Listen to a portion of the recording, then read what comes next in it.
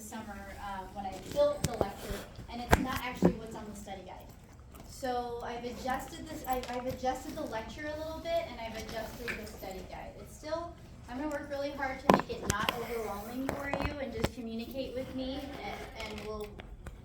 I think we'll still be okay. So let me show you the study guide. There's like so much glitchy stuff happening right now. So you're gonna see this cursor jump around like crazy. It's driving me nuts. I don't know how to turn it off. And it's like at that point in the semester where I'm not figuring this stuff out. Does that make sense? And then the projector should hold on, but I was told that it just shut down randomly in the last class.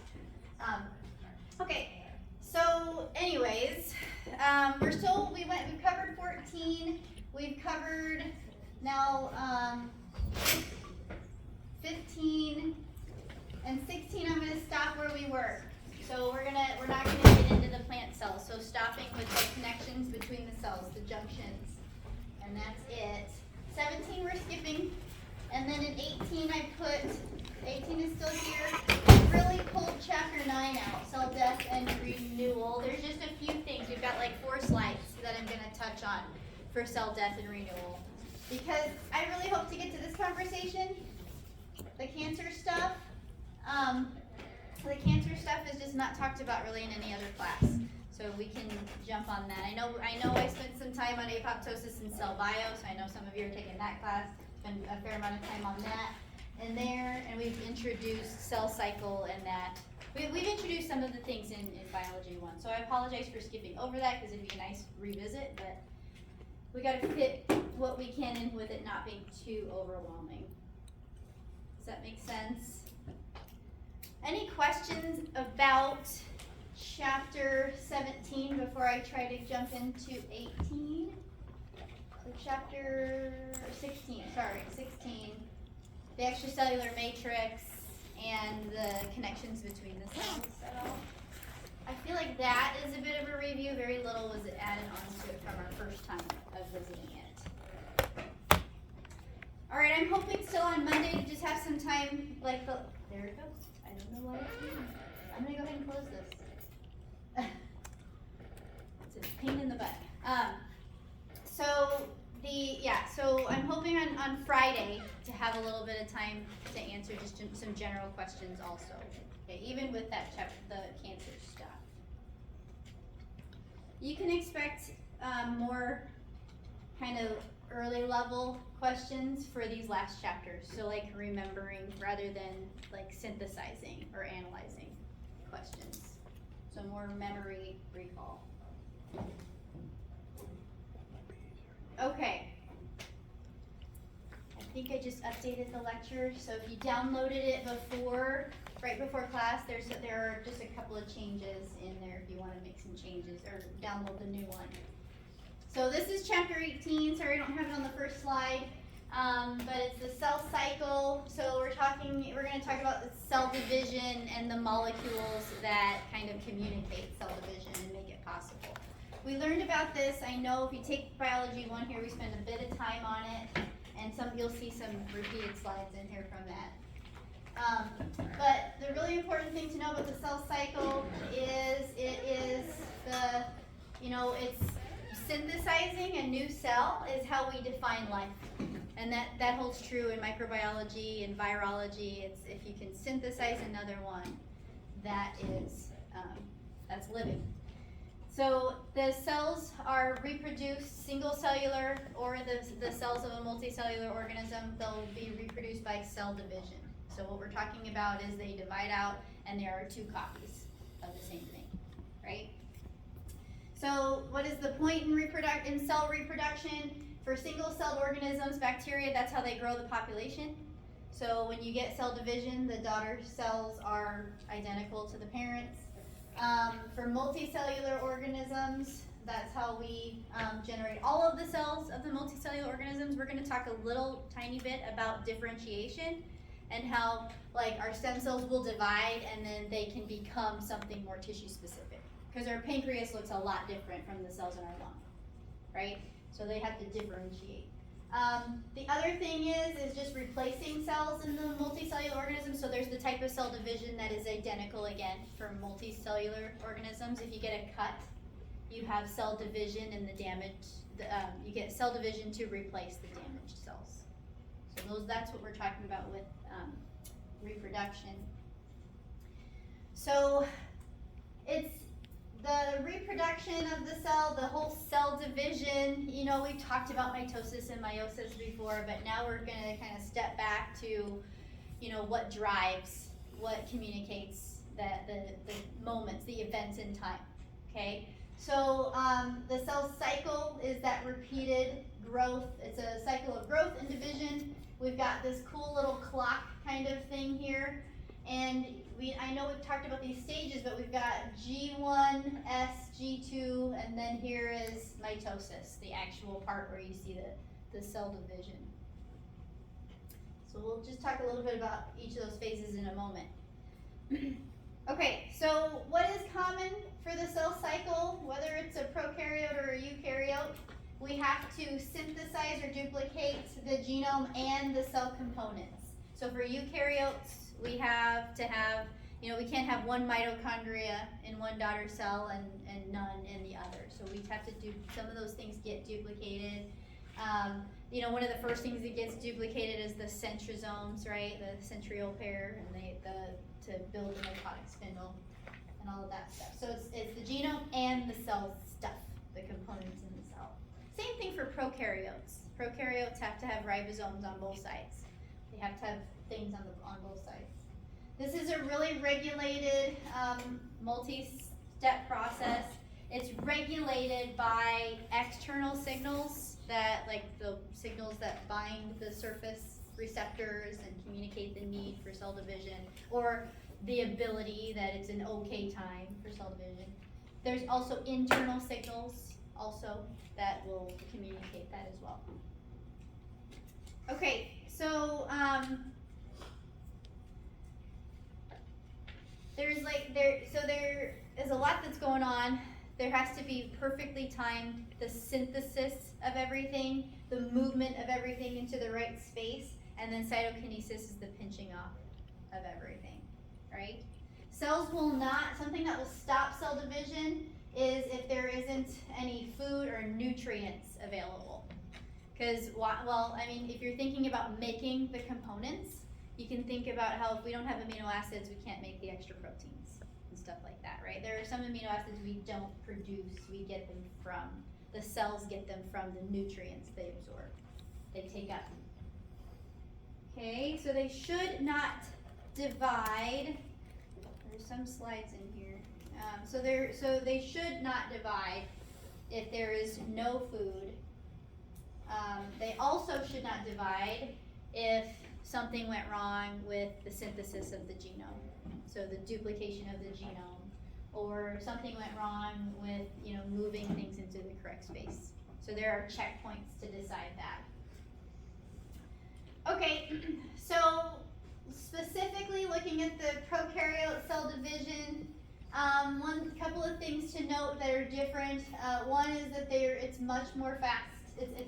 It's faster than the eukaryotic cell division. There's a lot less to synthesize, and that the DNA, the genome is smaller. All of that stuff. It takes like a single bacteria, maybe 4 hours, or a population of bacteria to duplicate in like 4 hours. Whereas a typical human cell, it's going to take about 24 hours to duplicate the population. Okay, you would think cancer would be faster, but you know, I've cultured cancer cells for as many years. Some of them are like 36 hours, some of them are like 14. There's no rhyme or reason really.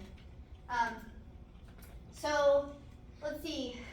The cells produced in the prokaryotic cell are usually identical. Like the majority of the time we have prokaryotic cell division, the daughter cells look identical to the parents. Okay. Whereas in eukaryotes, I know we should be focused on the prokaryotes only, but eukaryotes you can have differentiation or asymmetrical division. There are cases, we'll look at one case where we will have non-identical cell division for prokaryotes. Okay, so this is definitely controlled by the environment and how many nutrients there are in the environment. So bacteria usually live, prokaryotes usually live in an aqueous environment, right? And depending on what's available is going to decide.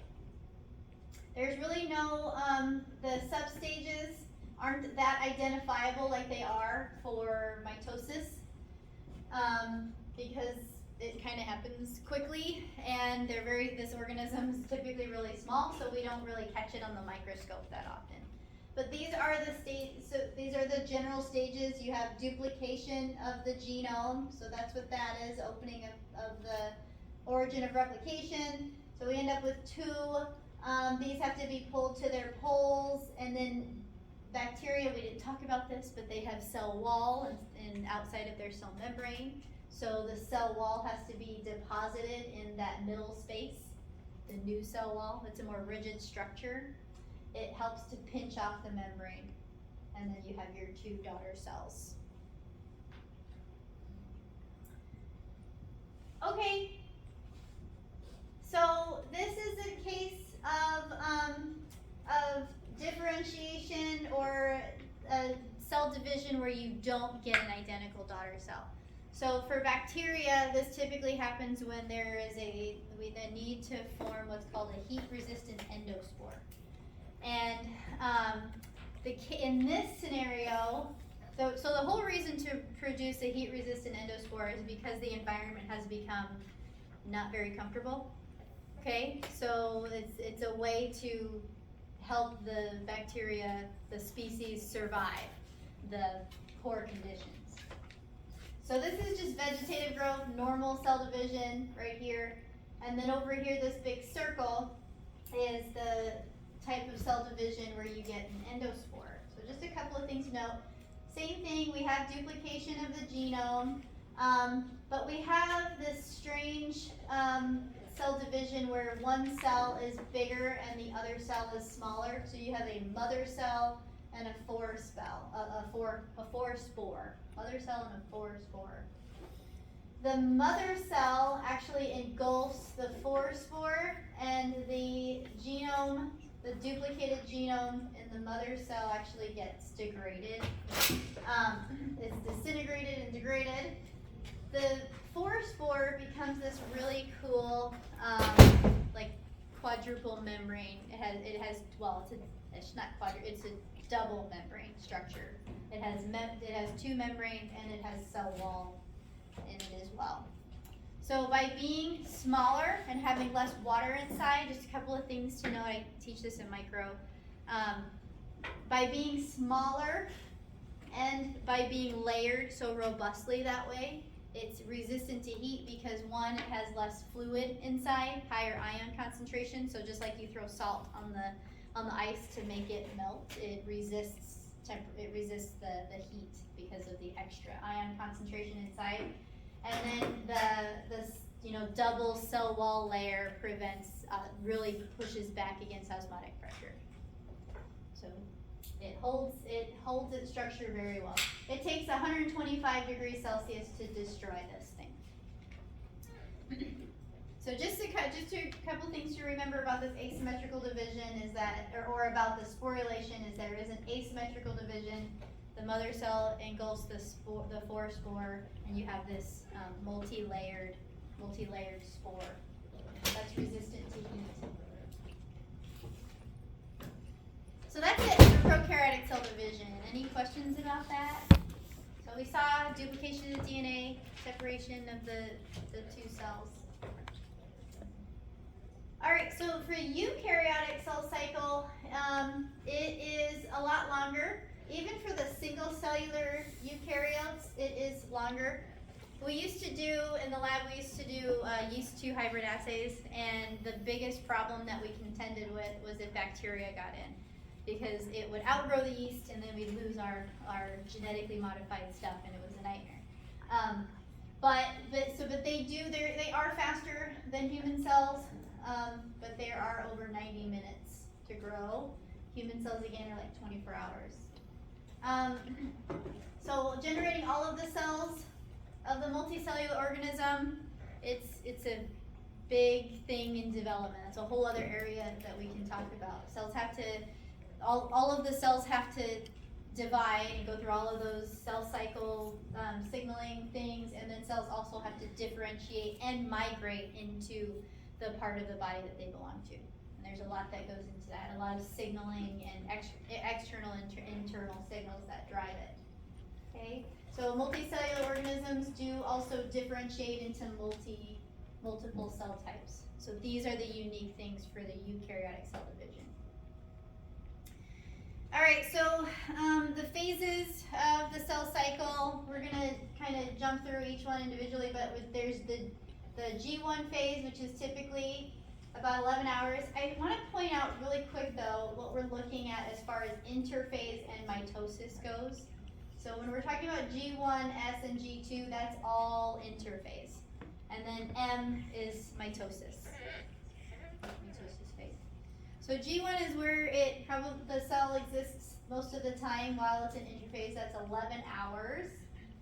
If there is a stop in G1, then or the environment isn't ready, we don't have the nutrients or something like that, then it can go into what's called G0, which is quiescence.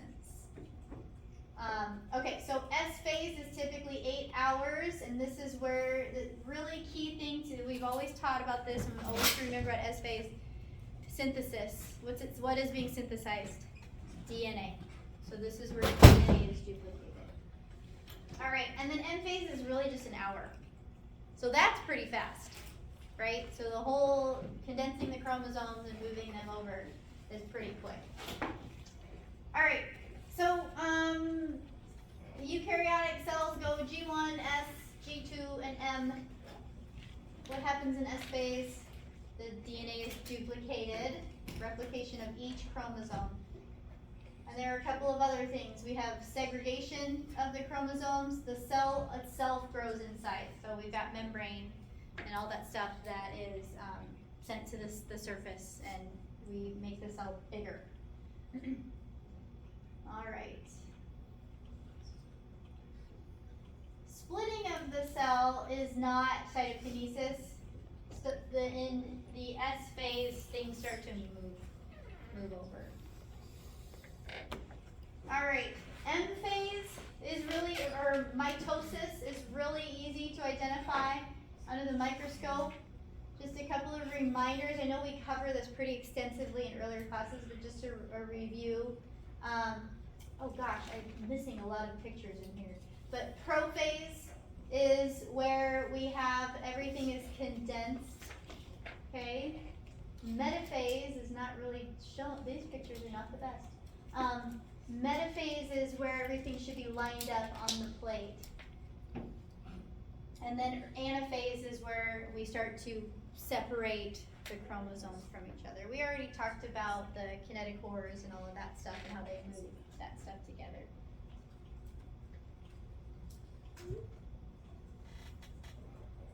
All right, so in animal cells,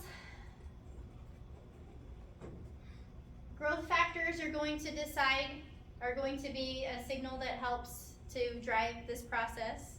So EGF receptor, I know we didn't talk about the cell signaling all that much, but EGF or IGF receptors sit on the surface of the cell, and then growth factors from the environment, light will be the ligands to that receptor. And then they will signal, they'll cause a signal cascade that often leads to the activation of our transcription factors. So then, and they're specific for the things that will help drive cell division, okay? So really important to know, the cell does have a choice to make. It can either, once the cell divides, then it can start another round of G1, S2, and G2, or it can go they can go into G0. Some cells can go into G0 and come back to G1, but if there's a restriction point, if the restriction point recognizes something that's not repairable, then they won't come back to G1. All right.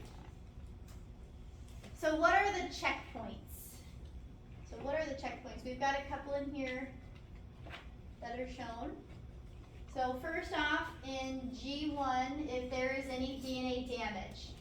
So if we have a cut, a nick in the DNA, or we have, we've talked in other classes, I know we've talked about how UV radiation can cause thymine dimers, right? So if there's a thymine dimer that's not repaired, there's a survey of, in G1, we didn't talk enough about what's happening in G1, but in G1 there is a survey for DNA damage. And if there's any DNA damage, then we have that line there. We can enter G0 and it can go through repair, okay? Or it can, it's just a stop for the progression of the cell cycle. For S phase, if there is DNA damage or there is a problem in the duplication. So same thing, if there is like an incorrect base that has been incorporated during the synthesis of the new strand, you've got a bump in the double strand that isn't repaired, and that's another thing that stops. So DNA damage.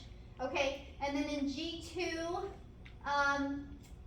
this is where we're beginning to condense. Just think about how compact the nucleus is, or how filled the nucleus is with everything. So again, DNA damage. What are we talking about here? Maybe trouble with associating with the histones and getting nice and condensed. It can be a problem there. All right, in M phase, that's the only one that's different. In M phase, the big problem happens and specifically in metaphase. So remember that the kinetochores, the microtubules are associated with the kinetochores have to push the condensed chromosomes onto the metaphase plate. If there is a problem with getting lined up on that plate, then there's a halt in cell division. Okay. And the cell can, go through cell death, basically, at that point.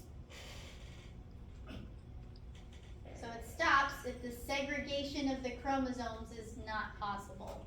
If you are unable to pull the chromosomes apart, then there's a stop. Okay. All right, so cell cycle progression depends on a lot of things. So there are two regulatory mechanisms. One, there are activation factors that signal the cell cycle to proceed. So you have some signals. We're going to talk about some specific proteins that are elevated that push the cell cycle to happen. There's also the binding of those receptors on the surface, right, to drive cell cycle. And then there's the stopping factors. So there are the proteins that would, a stopping factor, to be more specific, might be a pro-apoptotic protein. So a protein that triggers apoptosis. Okay.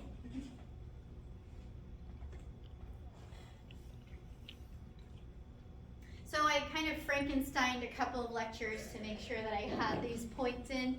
There are a lot of missing things because some of the slides come from a lecture where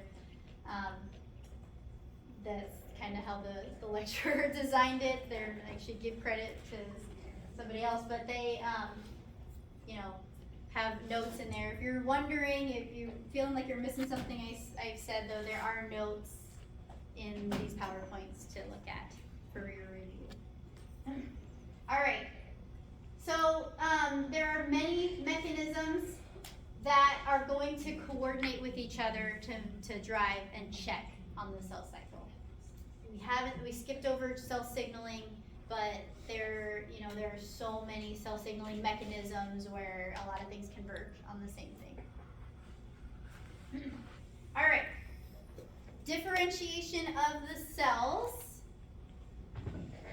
Should define that for you.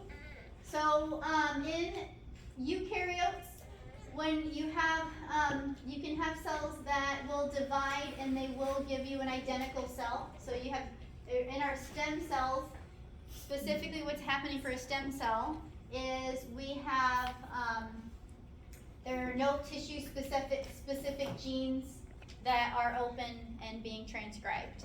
The tissue specific genes are turned off. We are just really active in the cell cycle, so really the main function of the stem cells is to go through the cell cycle and renew this population of cells. We as adults have these types of cells in our intestinal lining, so we actually replace our intestinal lining every 7 days. So we have these active adult stem cells inside of us. We have stem cells in our bone marrow, right, to give us all of our white blood cells. So that's what they're doing. The differentiation is where we have a change in, there is a cell division, but we end up with the daughter cell that now has changed what genes are on and which genes are on. Does that make sense? So now the daughter cell is going to have some genes open that are going to start to change what that cell is capable of doing. All right? Proliferation is where we are, increasing the population of the cell. So we have to proliferate out that new cell type. The differentiation is a multi-step process. So there's going to be a set of genes opened up. We're going to grow that population. That population is going to continue to change. There's not necessarily a cell division from proliferation to differentiation. There's just a change in the proteins that now exist in the cell and the way that they're signaling.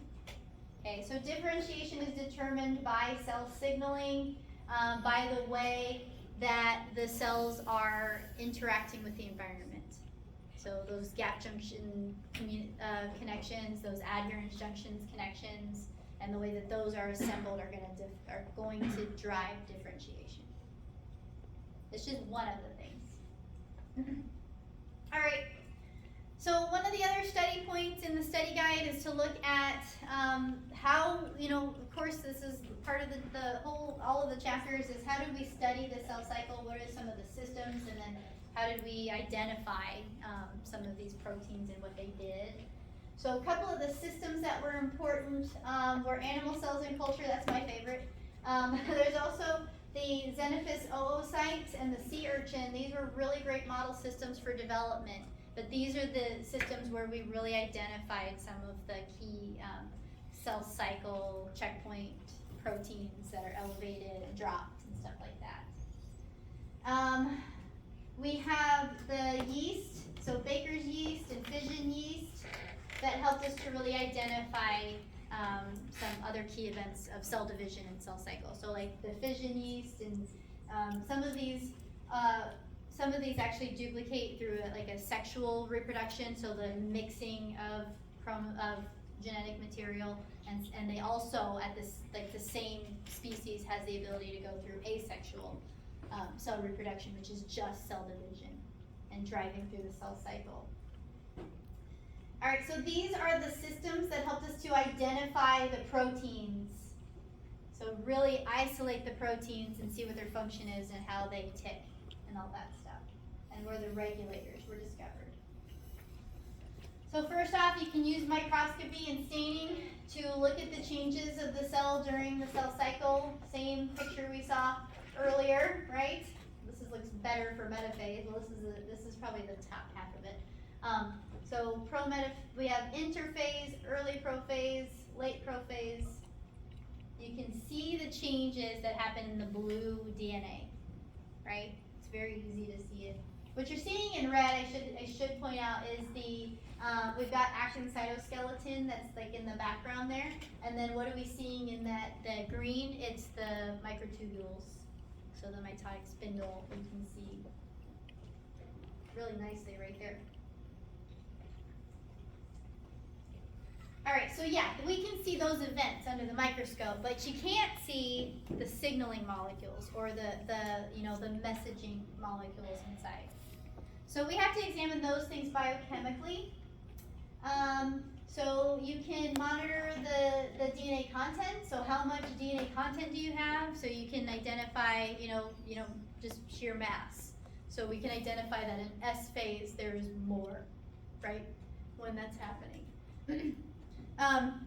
You can monitor the level of activity of proteins. So really cool study that happened a long time ago. We don't have beautiful pictures of it right here, but taught this in, I know it's in biology 1, but where you took, there was a group that took cells that were like in G1 and S phase, and they treated them, put them into a solution where it causes the membranes to kind of dissolve a little bit. So they fused the cells together in that situation. And what they were able to see after a short period of time was that the cells that were in G1 that lacked all of the proteins that drove S phase hurried up and adopted the S phase stuff. So we got duplication of the DNA really quick. Okay. The other thing was like G1, there were cells that were taken from G1 and fused with cells that were in M phase, mitosis. Can you imagine? There was no DNA duplication. So there wasn't duplication, but what did happen was the mitotic spindle tried to capture those. The chromosomes were condensed, and the mitotic spindle tried to capture those. Okay. So that was just a really good way to show that there are proteins that are active and on at a certain time, and they're going to carry out their job. Okay. So these factors had to be purified and identified. Okay. So this is just showing amount of DNA per cell. So in G1 we have, this is the number of cells on this axis. It's all 2N. In G2, then there's 4N. It's not the best graph. This over here is showing we're going to get to this protein next, is the cyclin level. So cyclin is a very key regulator of the cell cycle. And notice it's kind of low in interphase, but it ramps up towards the end, like the middle of mitosis, and then it drops drastically. And then to go through another round, we have to ramp up cyclin. So cyclin rises and falls, and the rise and the fall of that defines the cell cycle. Okay, so keeping on, just looking at a couple more systems and what was found. So we've got yeast with temperature sensitive mutations that prevented cell cycle progression. What are we talking about here? This is a really cool strategy. You can take a yeast and you can define whether a protein is turned on. So maybe the cyclin gene expression was dependent on 72 degrees Celsius. And the way to do that, kind of like PCR, is to get enzymes from things that live at different temperatures and put them into the system, into the model system. Okay. So this was a way to, look at to kind of slow things down, time things out. So there's a non-permissive temperature where the cell just kind of gets bigger. There is a permissive temperature where you have budding and the division of the cell. I'm not going to go into a ton of detail about that. We're going to keep rocking through there. So just a strategy, a temperature specific one. Okay, all right, so the key regulators, where were they discovered? We're going to look at how they found them in frog oocytes and yeast and sea urchins. I think I might have, we'll see what I kept in there. I think I might have pulled some of those out just to try to simplify things. In the additional discoveries, we're going to really get into looking at the MPF, which is cyclin and cyclin-dependent kinase. Those are your molecular players for this process. Okay, cyclin-dependent kinase. All right, so in the frog oocyte, first off, the really cool thing about frog oocytes is they are very easy to manipulate because they're big, and they are easy to take pictures of. So there are a lot of physiological things that there are a lot of cellular events that can be observed nicely in the system. Okay. All right, so using the hormone so first, by starting to arrest cells in the G2 phase, and then using the hormone progesterone, these can be timed in when they start and stop something, okay? So we have our donor oocyte. It's sitting in G2. We added progesterone, and then we end up with a change in the cell that can be seen. We have Alright, so, sorry, my brain is Murphy's Law. Okay. Alright. Alright, so by using the progesterone, then you can have a large population all doing the same thing. So that's another key thing, right? If you're looking at like a population of cells and you're looking at one and it's doing this, is it just because something, you breathed on it or something like that? Progesterone allowed them to look at a lot of them doing the same thing. So then they discovered a factor. They were able to extract the proteins, and they were able to discover a factor that when they treat the cells, the cytoplasm drives the cells into M phase. Okay, so they were able to pull the cytoplasm of this cell and put it into another, and then they were able to make the same thing happen. So very similar idea to fusing the cells. Just using a syringe and needle, pulling out the cytoplasm and putting it into another. All right. Okay, so for yeast, the approach was to find some strains that had some more natural mutations where cells were in growth arrest. So this is kind of a neat thing because now you're not like this, as the researcher, you're not putting something on the cells that could just be an artifact, okay? So they discovered that the mutants in these strains were the CDC28 and CDC2. They were genes that coded for a kinase. CDC28 is one that causes growth arrest in G1. So if it's on in the G1 phase, if it is active and on, then it will stop the or it causes the mutant of this caused growth arrest in G1. CDC2 caused growth arrest in G1, G2, and N transition.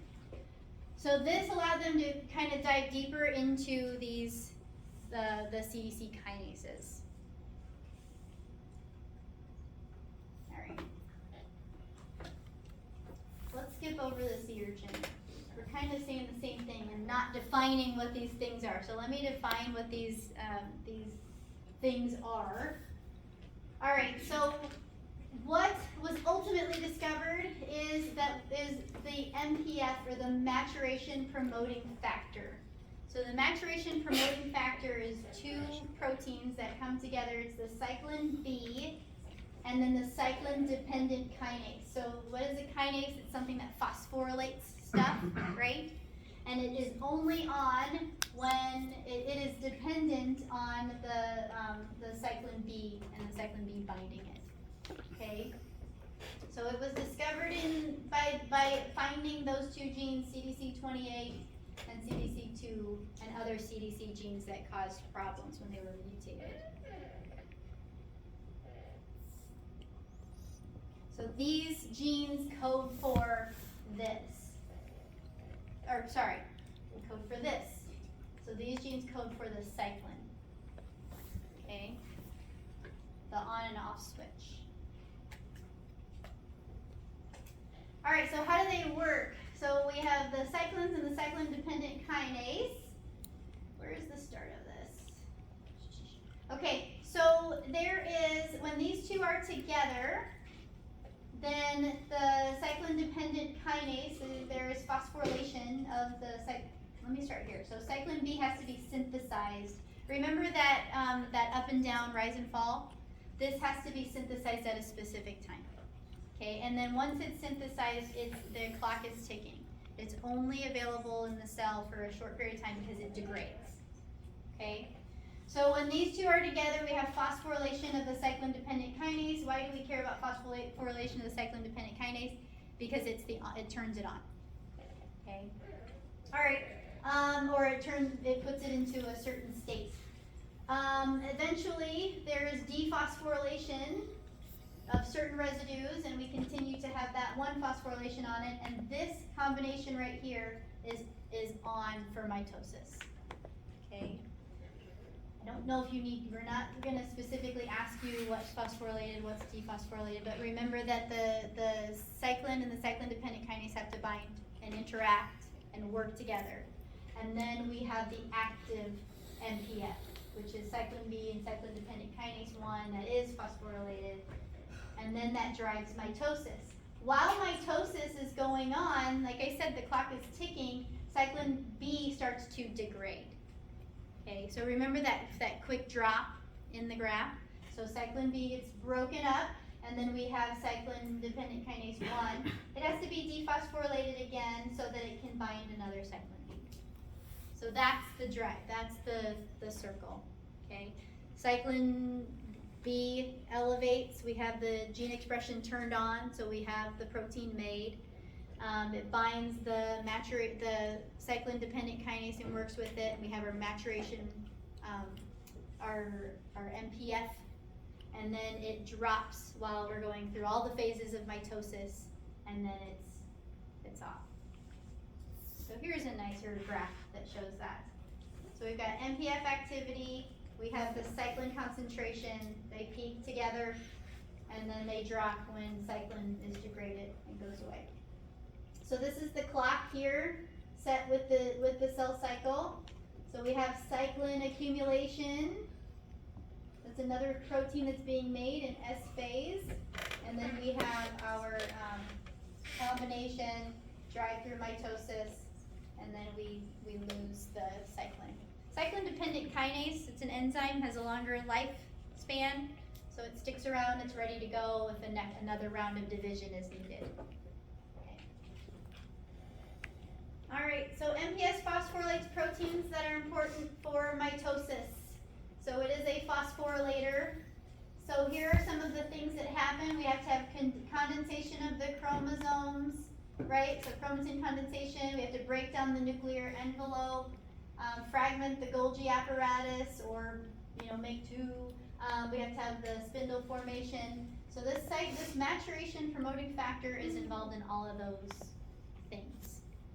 Okay. All right. It's 10:44. I'm going a little fast. Are there any questions? We could probably stop here on this chapter if you wanted to. What is left is the chapter 9 stuff that makes sense for cancer. And I can touch on that a little bit and define cancer on Friday and end with that too. Okay? All right. So don't forget the study guides. It's prep week. Don't forget to look over the old exams. I wanted to check in with you guys because there are a lot of things that I have out there. Is everybody able to look over their old exams?